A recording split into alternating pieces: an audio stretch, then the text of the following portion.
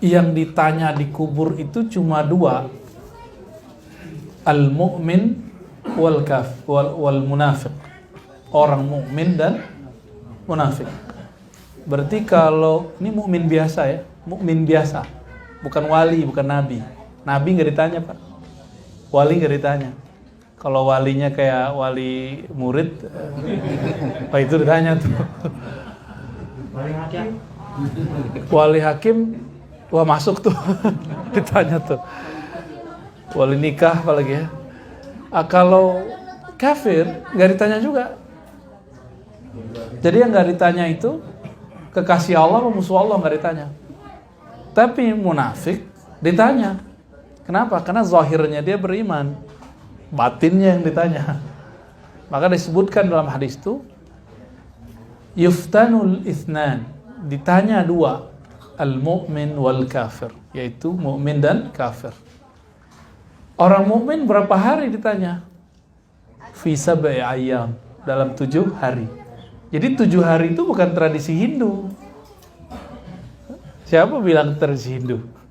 Ini kan banyak orang gak ngerti beragama, terus mencocok-cocok logi. Emang ada Pak orang Hindu 7 harian baca Yasin? Kalau ya saya ganti agama Pak langsung. Beneran loh Pak. Ada nggak orang Hindu 7 hari baca Yasin? Beliau ini kan ustadz juga nih. Ustadznya orang Kemenak ya.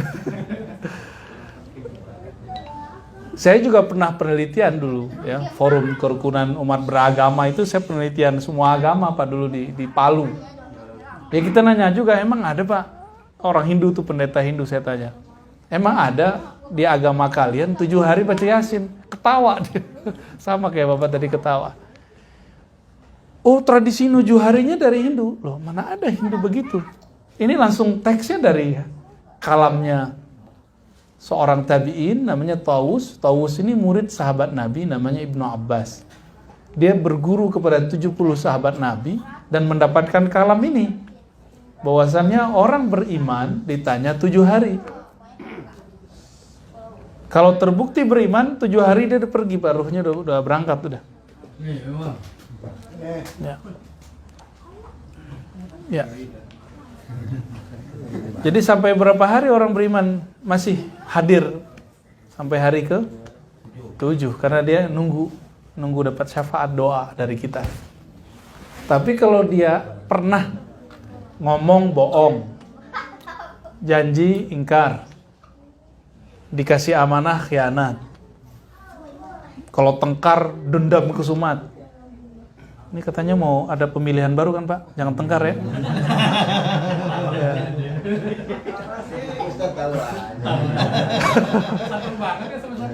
Ya dibawa santai aja Pak, walaupun ada yang serius dibawa santai ya. Kan ada yang bawa serius tuh, kita bawa santai aja. Ya Pak Gun ya.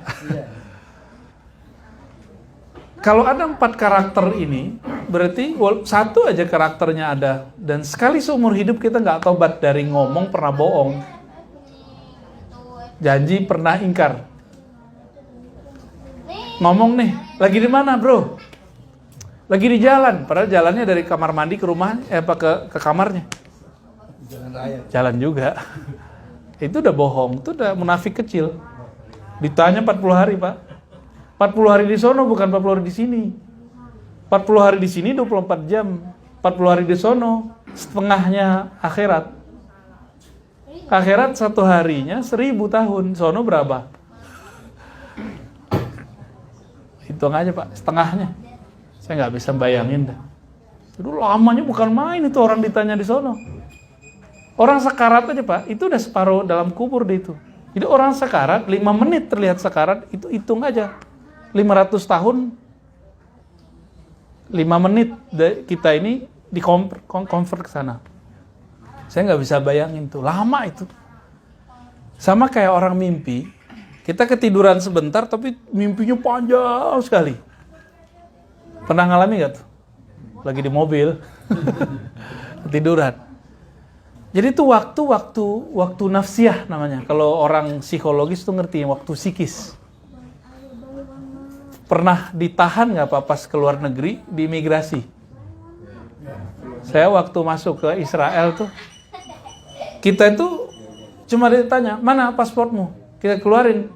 Bukan yang ini, halaman yang itu. Kita salah gitu aja langsung ditahan sama dia. Sengaja dibikin psikis kita jatuh. Teman kita kencing-kencing Pak Ustadz gitu. 7 kali.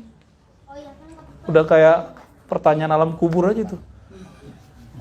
Mau kencing-kencing Ustadz. Gaibnya tuh minta ke WC dulu. Karena jenggotnya lebih panjang dari saya, dia takut dituduh teroris. Padahal udah jenggot Ani juga panjang, dia bilang gitu. Kita selamatin mereka, alhamdulillah. Jadi jangan ngomong-ngomong sok-sok Arab di situ, ngomong bahasa Inggris aja.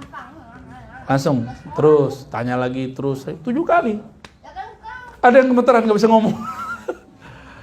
Itu waktu psikis itu baru imigrasi dunia. Gimana imigrasi akhirat?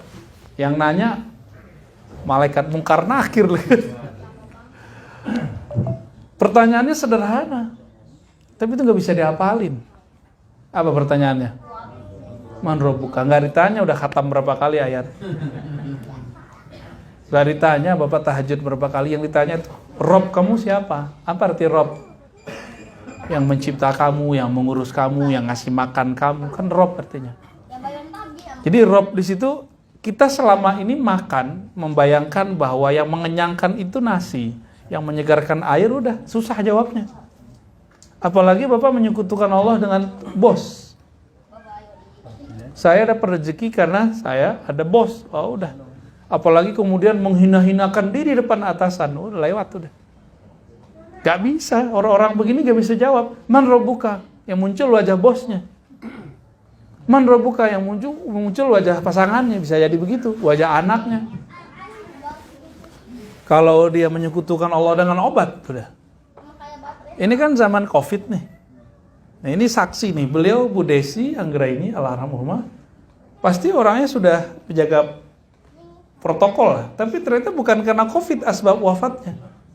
Ya benar Pak ya? Bukan COVID kan Pak? Jadi Allah kalau mau mematikan orang nggak perlu COVID. Jadi kita nggak usah serem-serem amat ya. Biasa aja Pak. Kalau udah saatnya datang, la yastakhiruna sa'atan, nggak bisa diakhirkan, nggak bisa dimajukan. Ya, tapi ya kita tetap jaga-jagalah.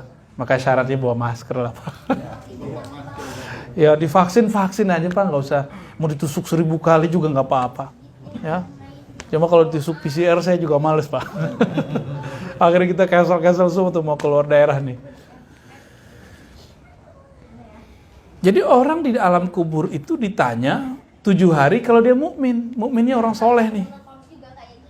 Kalau ada kemunafikan walaupun sedikit ditanya 40 hari. Bapak hitung aja tuh, ya. Seharinya itu di sono 500 tahun atau kalau agak cepat dikit 50 tahun lah di sini. Belum nyampe umur Bu Desi. Bu Desi berapa Pak umurnya Pak? 47 tahun, belum nyampe. Jadi kalau dikurangin nolnya 1 ya 50 tahun. Kira-kira segitu tuh satu harinya. 50 tahun sampai 500 tahun. Saya nggak bisa bayangin tuh. Karena 500 tuh waktu ke langit. Nah, kalau masih di alam ini, kira-kira segitu. Lama nggak? Lama. Umur kita sebagian besar kan udah mendekati itu. Ada yang belum ya. Ada yang udah lewat, ada yang belum. Itu warning itu Pak. Bukan nakut-nakutin, mau menakutkan. Apa yang ditanya? Ini yang Pak, yang wajib kita ketahui. Yang ditanya tadi man rabbuka. Berarti bekal mau masuk kubur bukan kita punya hafalan banyak. Tapi yang bekal masuk kubur adalah mengenal yang disembah itu.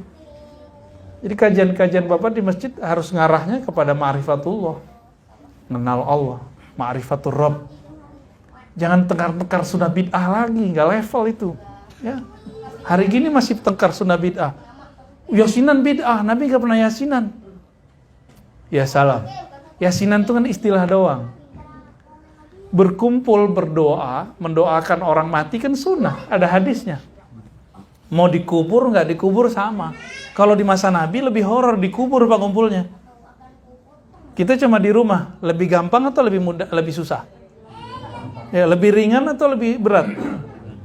Jadi satu kali ba'da menguburkan seseorang dalam hadis riwayat Imam Abu Daud, hadis yang sahih. Sayyidina Nabi SAW itu ngomong sebelum mereka pergi ya, istaghfiru li akhikum. Mohonkanlah maghfirah, ampunan untuk saudara kamu. Kenapa? Was'alu lahu tasbit, mintakan ketetapan baginya, fa innahu la yus'al, karena dia lagi ditanya nih. Dia lagi ditanya gitu. Itulah kubur yang paling enak tuh di zaman itu. Kenapa? Langsung Nabi yang doain. Ya. Karena Nabi sudah nggak ada, kita cari orang yang mewarisi Nabi, yaitu ulama, guru-guru kita. Yang mimpin sholat kita ya Ustadz Usdilah salah satunya sekarang ya. Kita minta untuk beliau membacakan doa. Itu sebenarnya dari sono Pak dalilnya. Terus kenapa Yasin? Di hadis Abu Daud juga Nabi mengatakan iqra'u Yasin ala mautakum. Bacakan Yasin kepada orang yang mauta. Mauta ini 3 artinya. Orang yang akan mati kita. Yang kedua, orang sakarat. Yang ketiga, yang udah mati. Maka disunnahkan tadarus tadi. Alhamdulillah jalan terus ya. Yasin. Kenapa Yasin? Yasin itu qalbul Quran. Disebut qalbunya Quran. Jantungnya Quran itu Yasin. Dan itu hadis riwayat Imam Tirmizi. Walaupun hadisnya tidak sampai derajat sahih. Tapi Imam Tirmizi mengatakan. Imam Tirmizi ini murid Bukhari Pak. Kita sering dengar Imam Bukhari ya. Benar Pak? Bukan Imam Ar-Razi Pak. Bukan Imam Rusdi. Imam Bukhari punya murid namanya Muslim. Lalu ada murid yang terbaik di sisi fikih hadis namanya Tirmizi. Imam Tirmizi mengatakan Yasin dari Nabi SAW, Yasin qalbul Quran. Yasin itu qalbul Quran. Abu Daud sendiri, kawannya Imam Bukhari, itu meriwayatkan hadis ini. Iqra'u Yasin ala mautakum. Bacakan Yasin untuk orang yang tadi, 3 tadi, yang akan mati, yang sedang sekarat atau sudah mati. Anda ditegur sama orang Pak. Kata Syekh Albani, hadis dhaif. Gimana cara nanggepinnya Pak Gun? Pak Gun nih paling demen yang gini-ginian nih. Kata Syekh Albani, Albani tahun berapa wafatnya? 1923. Kemarin Pak, 1999. Berarti 14 berapa tuh? Kurangin aja, sekarang 1443, kurangin aja Pak. 14? 42 apa 43 sekarang? 43. Tahun 99, berarti sebelum 2000. Itu 14 berapa? 1430 ya? Belum. Sebelum itu. Waduh, matematikanya 4 nih kayaknya. Sekarang 1443, 2001. 1422 ya? Oke. Lolos deh. 1422 dia wafat tuh, namanya Syekh Albani. Dia mengatakan hadis tentang baca Yasin untuk orang mati itu dhaif. Ini imam belakangan Pak. Hasil penelitian dia. Bapak ikut dia atau ikut Imam Abu Daud? Abu Daud itu imam salafus saleh.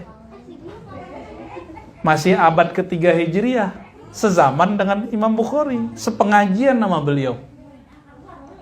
Bahkan beliau langsung ngambil hadis ke Imam Ahmad. Imam Bukhari nggak nyebutin riwayat Imam Ahmad di Sahih Bukhari, tapi Abu Daud ada hadisnya. Abu Daud nih, Imam Abu Daud. Kata beliau, jadi beliau ini kitabnya nyampe ke Mekah. Jadi yang ngarang kitab hadis itu kebanyakan bukan ulama Mekah. Yang ulama Mekah kan ada namanya Al-Humaidi, muridnya Imam Syafi'i. Tapi kitabnya nggak banyak dibaca orang. Tanya aja sama orang Kementerian Agama. Nggak banyak dibaca orang. Bukhari aja kadang nggak khatam.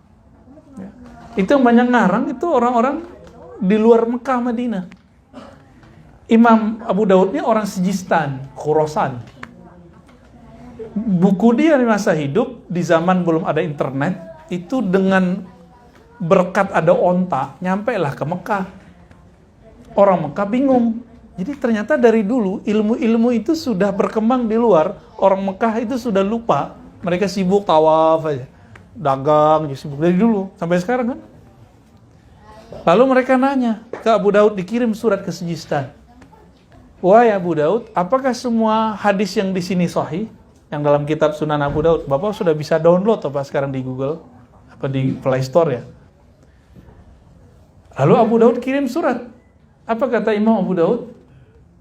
Wa ma sakattu anhu fahuwa salih.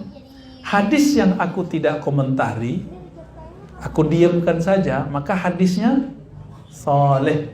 Saleh itu bahasa lain dari hasan. Setelah hasan namanya sahih. Di bawah hasan namanya dhaif. Ini siapa yang ngomong?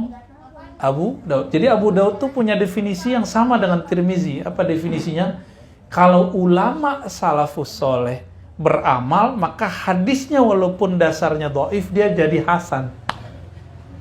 Ya hadis kan sahih, hasan, dhaif kan gitu. Ini hadisnya lemah nih. Anggaplah lemah. Kita ikuti saja kata Syekh Albani. Tapi diamalkan ulama salaf. Salaf itu abad pertama, kedua, ketiga. Bahkan ada sahabat yang mengamalkannya. Hadisnya langsung naik Pak, jadi hasan, bahkan sahih. Karena ada tuh slogan, laukana khairan lasabakuna. Kalau ini amal baik tentu sudah dilakukan oleh salafus soleh. Ini dilakukan banyak ulama salafus soleh. Ya, Imam Syafi'i salaf gak Pak? Murid Imam Syafi'i Ahmad bin Hambal, Hanbali. Simbol salaf tuh Imam Ahmad bin Hambal. Beliau itu dulu nggak membolehkan baca Quran kepada orang mati. Kalau dulu langsung dikubur Pak, langsung di kuburan bacanya. Suatu kali beliau menghadiri penguburan seseorang kawannya, ya, ulama juga, bersama temannya Imam Jauhari. Jadi Jauhari itu udah nama ulama dari dulu ya, sampai sekarang. Nyampe di sini jadi jamaah. Masuk ke pemakaman, dia lihat ada orang buta hafiz Quran membacakan Al-Quran kepada orang di dalam kubur. Dia tegur, ish hadha gitu, hadha muhdas. Ini tuh bid'ah apa-apaan ini gitu. Udah pinggir, kira-kira gitu. Pulang, nggak usah baca Quran di kubur, bid'ah. Jadi Imam Ahmad pernah ngomong gitu Pak. Tapi Imam Jauhari punya pandangan lain. Beliau walaupun begitu nggak mau debat di kubur. Sekarang orang suka debat nggak di kubur? Oh gawat Pak, sekarang masalah azan di kubur, di lahat aja orang pada tengkar. Orang lagi mati dia tengkar. Bahlul nggak tuh? Orang harusnya ingat mati dia tengkar. Ditunggulah sampai kemudian keluar kuburan. Diajak ngobrol Imam Ahmad bin Hambal, Abu Abdullah. Menurut kamu riwayat fulan bin fulan dari fulan disebutkanlah sampai ke Ibnu Umar. Ini sahih nggak? Apa kata Ahmad bin Hambal? Wah itu sahih. Dibacain. Saya dapat hadis dari Nabi, dari Ibnu Umar dengan jalur Syekh fulan. Disebutkan syekhnya tadi. Bahwa Ibnu Umar ketika beliau sakaratul maut berpesan, jika aku mati, bacakanlah Fatihah, lalu 5 ayat awal dari Al-Baqarah. Maka masuklah ke buku Yasinan tuh. Jadi Yasinan yang Bapak pegang itu bukan buatan NU Pak, udah ada sebelum NU. Bukan buatan ulama NW kalau di Lombok tuh, bukan ulama Perti, Tarbiyah Islamiyah di Sumatera, bukan. Itu sudah ada dirangkum oleh ulama kita jauh-jauh hari. Kalau dulu di Palembang ada namanya Syekh Abdul Somad Al-Falimbani, kampungnya Bu Desi ya. Kalau di Banjar itu ada Syekh Muhammad Arsyad Al-Banjari, itu ngajarin hal yang sama. Jadi yang kita pakai itu sudah tua tuh umurnya. Kebetulan yang melanggengkan itu orang NU. Gitu aja. Ya, sanadnya nyambung Pak. Ini Ibnu Umar sahabat Nabi bukan?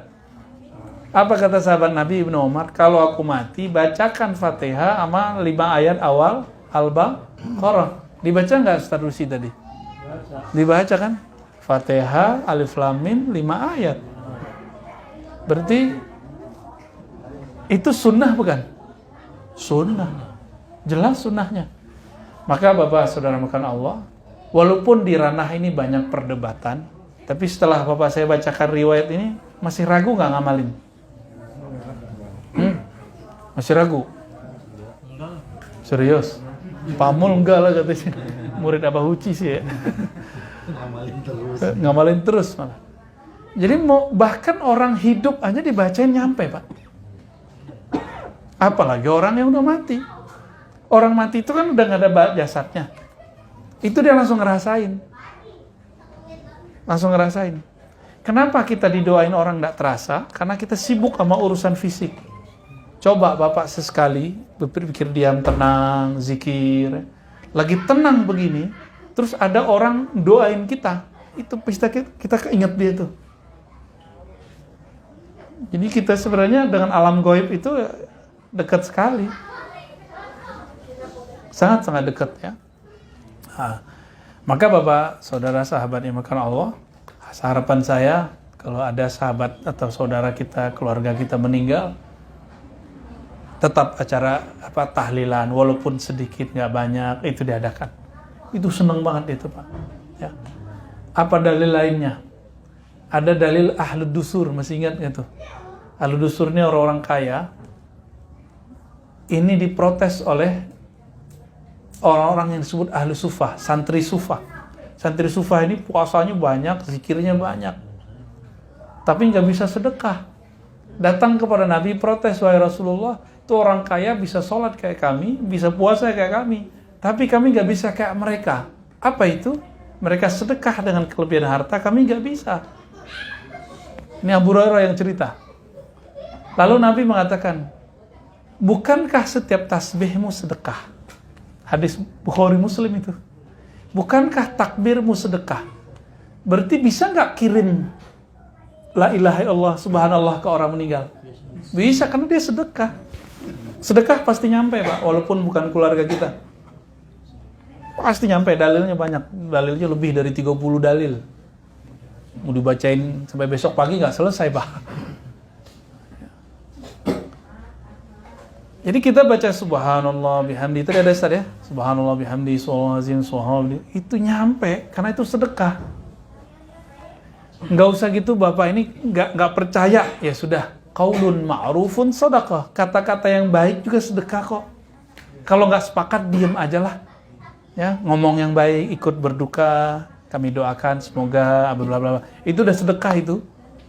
Kalau nggak mau baca ya, senyum sedekah. Tapi senyumin orang meninggal nggak bisa, Pak. Maka Bapak ini bisa ngirim Fatihah ke orang meninggal, orang tua. Baca subhanallah, alhamdulillah, Allahu akbar setiap hari, kirim kepada orang wafat, nyampe. Kalau nggak percaya mati aja dulu, Pak. Kalau saya ngerasain pas hidup soalnya. Sering ngerasain itu, karena kita jamaah kita sering baca Fatihah dan kita merasakan itu. Sering terasa sama kita. Dulu ada jamaah stroke. Pas zikir-zikir, zaman-zaman dulu, zaman-zaman rame Ustaz Arifin. Ya. Udah nggak bangun-bangun dari ini, koma udah. Hampir sebulan. Kedengeran sama panitia. Panitia minta. Waktu itu saya ngisi kajian hadis di Pamulang sana. Jadi ada kajian zikir akbar. Tolong dong Ustaz Arifin, Ustaz Razi untuk mengunjungi orang tua kami yang sudah koma sekian hari, udah hampir sebulan. Masuklah kami ke situ. Ternyata Ustaz Arifin bacanya apa? Al-Fatihah. Loh, kita ngikut aja, Pak. Waktu itu saya masih S2 ya, belum selesai. Kita bacalah Fatihah. Kita niatkan sampai kepada yang sedang koma ini. Bangun langsung sadar dia. Langsung sadar dia senyum-senyum, Pak. Itu kelihatan tuh. Makanya kiai-kiai dulu sering dimintain air sama orang kan, dibacain doa. Itu nyampe Pak langsung. Kesimpan langsung dia. Jadi tidak ada di alam semesta ini kecuali dia menyimpan memori apa yang kita katakan. Itu sebabnya tanah Madinah itu, kalau versi orang belajar tentang ma'rifatun Nabi, itu lebih afdol dari Mekah.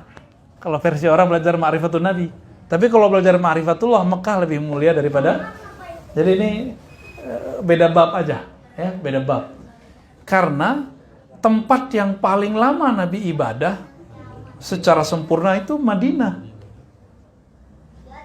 Namun yang lebih tua adalah Mekah. Maka Nabi ngomong gini, ya Allah, Mekah itu telah dimintakan kemuliaannya, haram itu artinya mulia, kemuliaannya oleh Nabi Ibrahim. Maka aku memintakan kemuliaan Madinah di hadapanmu. Kira-kira Pak, lebih mulia Nabi Ibrahim atau Nabi Muhammad? Berdasarkan itu lebih mulia Mekah apa Madinah? Jadi dari kacamata kenabian lebih mulia Madinah. Tapi dari kacamata sejarah tentang tauhid lebih mulia Mekah. Jadi walaupun ada hadis sholat di Mekah 100.000, bagi saya sholat di Madinah lebih dari situ. Yang Raudhah itu Pak. Ya. Nah, berdasarkan ini, nah kita kan juga sholawat, bener gak? Jadi tadi doa-doa itu gantung semua. Sampai tadi Ustadz baca sholawat tuh langsung naik ke atas itu Pak. Gak nyadar kan? Pada ngelamun ya. Pengen cepat selesai. Itu sholawat mahar naik ke atas. Jadi doa kita gak akan pernah diangkat kalau gak pernah sholawat. Jadi jangan pelit sholawat. Allah itu ciptakan jin dan manusia untuk menyembahnya, ya enggak? Yang paling sempurna menyembah dia siapa? Nabi Muhammad. Maka jika tidak berselawat kepada yang paling sempurna menyembahnya, ibadah kita nggak akan tembus, tidak akan diterima kepadanya. Jadi biarlah Pak Gun sholat nggak khusyuk, nggak apa-apa, ya Pak Mul ya, nggak apa-apa. Yang penting sholawatnya jalan. Itu sebabnya Imam Syafi'i satu-satunya imam yang mewajibkan sholawat di ujung sholat. Imam Ahmad ngikut, tapi dulunya bilang sunnah, karena beliau dulu kan aslinya Hanafi. Imam Ahmad bin Hambal itu Hanbali, itu aslinya Hanafi. Ketemu Imam Syafi'i jadi menjadi seorang ahli hadis yang mazhabnya mazhab ahlur riwayah, bukan ahlur ra'i. Ya. Imam Malik bilang sunnah, Abu Hanifah bilang nggak wajib, nggak sunnah juga. Tapi Imam Syafi'i dibukakan oleh Allah rahasia-rahasianya, maka beliau mengatakan wajib baca sholawat dalam tahiyat. Kenapa? Sholat itu doa, doa tidak diangkat kecuali bersolawat. Meskipun sholat kita nggak khusyuk, doa kita kurang tulus, semoga sholawat-sholawat yang kita baca membuat Allah menerimanya. Amin ya rabbal alamin. Cukup kali Pak ya. Ini aneh kayak nyiramin garam ke laut. Kiai di samping aneh. Ya. Boleh nanya? Oh, ada pertanyaan? Ayo, mangga. Kan kalau apa saya sering melakukan juga sedih itu nggak hilang-hilang kan. Belum lama saya dapat ilmu sholat hadiah. Sebenarnya nggak ada hadiah, cuman yang kita lakukan sholat mutlak, cuman pahalanya dikirim ke mayit. Itu ada di kitab Nihayatun Zain. Itu ada tuh langsung dari Nabi Yusuf. Saya layati apa ya kan parhamu sudakot jika kamu tidak ketemu sudakot terhadap itu, maka sholatlah 2 rakaat. Pada masing-masing rakaat pertama baca Al-Fatihah, ayat kursi, Al-Hakumut Takasur, Ikhlas 10 kali. 10 kali. Itu di kitab 10 Asaro maksudnya. 10 kali. Rakaat kedua sama kan. Maka Allah tidak akan